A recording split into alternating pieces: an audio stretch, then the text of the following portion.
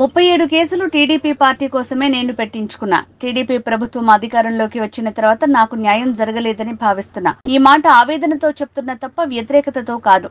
గత ఎన్నికల్లో ఎంతో మంది పోరాటం చేసి ఎదురు తిరిగి టీడీపీలో టికెట్లు పొందారు. నాకు టికెట్ ఇవ్వకపోయినా ఏమాత్రం నిరుత్సాహపడకుండా పార్టీ అభ్యర్థుల గెలుపు కోసం కృషి చేశా. అయితే ఎమ్మెల్యే పదవి ఉంటేనే ఏమైనా మాట చెల్లుబాటు అవుతుందని 2024 ఎన్నికల్లో తెలుసుకున్నా.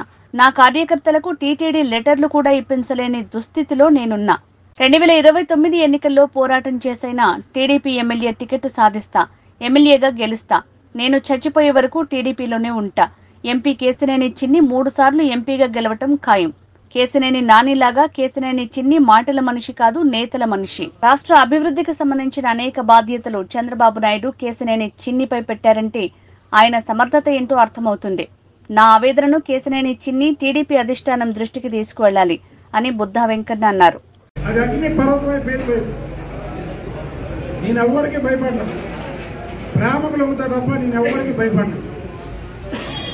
ఇవాళ ఇప్పుడు చిన్ని గారు రాకముందు కార్యకర్తలందరూ ప్రతి ఒక్కరూ చెప్పడమే, ఏమని మీరు మాకే న్యాయం చేయలేకపోతున్నారు, ఏం చేస్తాం, చేతులు ఏమైనా ఉంటేనే చేయడానికి మీతో పాటు ప్రతి కార్యకర్తలకు 5 సంవత్సరాల నుంచి కేసులు ఉన్నాయి. అదే చెప్తున్నాను, నేను అదే చెప్పా. ఇవాళ ప్రతి ఒక్కరి మీద కేసులు ఉన్నాయి, ఆడవాళ్ళ మీద ఉన్నాయి. ఆటోల ఛార్జీలు కూడా ఆలే కట్టించుకొని ఇక్కడికి వచ్చినటువంటి వాళ్ళు బాబా మా సోదరులు ప్రతి కార్యక్రమం మేము ఎక్కడి నుంచి చేసాం. ఆఖరి చిన్ని గారు కూడా పాపం ఇక్కడి నుంచే బయలుదేరాడు. చిన్ని గారు నేనేం తప్పు మాట్లాడలా, చిన్ని గారి విషయంలో ఇందులో ఎటువంటి ఇది లేదు. ఇప్పుడు చిన్ని గారి దగ్గర నేను చెప్పేది ఏంటంటే, చిన్ని గారు అధిష్టానం దృష్టికి తీసుకెళ్తారని చెప్తున్నా ఆయనకి.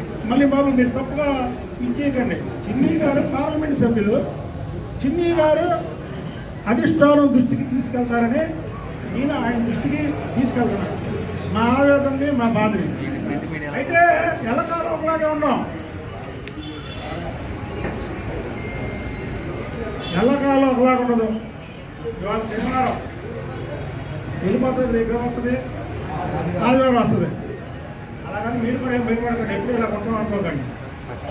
పోరాట యోధుడికి ఎప్పుడు లైఫ్లో చావు ఉండదు. మరణం అంటే ఒకటే మరణం, కానీ వీళ్ళకి మరణం ఉండదు. నేను కూడా చంద్రబాబు గారి దగ్గరికి, లోకేష్ బాబు గారి దృష్టికి తీసుకెళ్తా.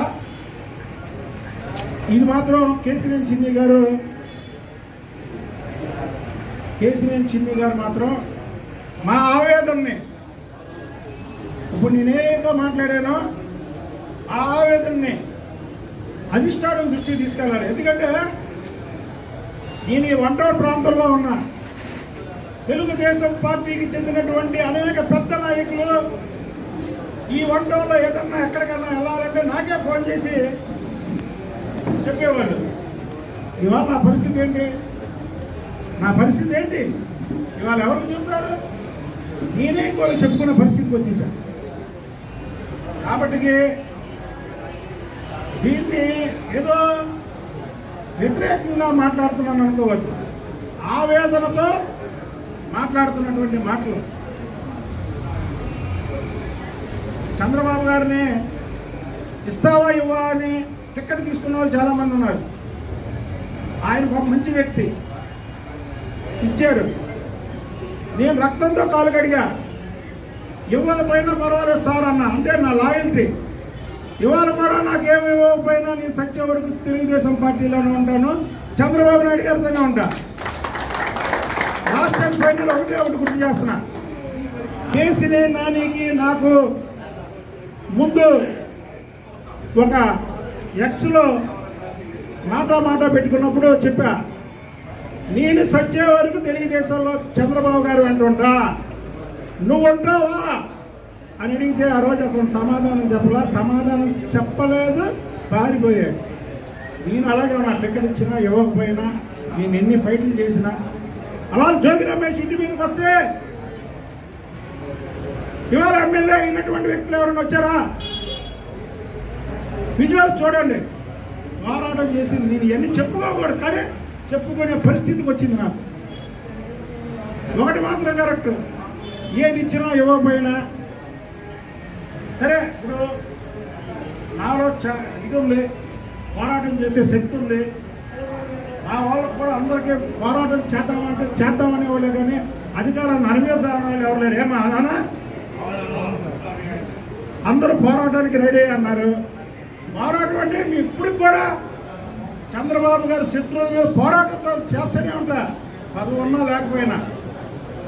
కాబట్టి చిన్ని గారు ఇవన్నీ కూడా అధిష్టానం దృష్టికి తీసుకెళ్ళి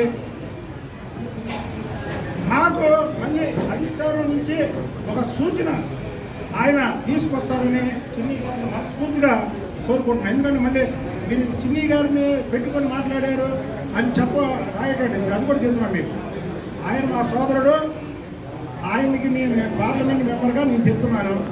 మా బాధ, నా ఆవేదన నేను చెప్తున్నాను.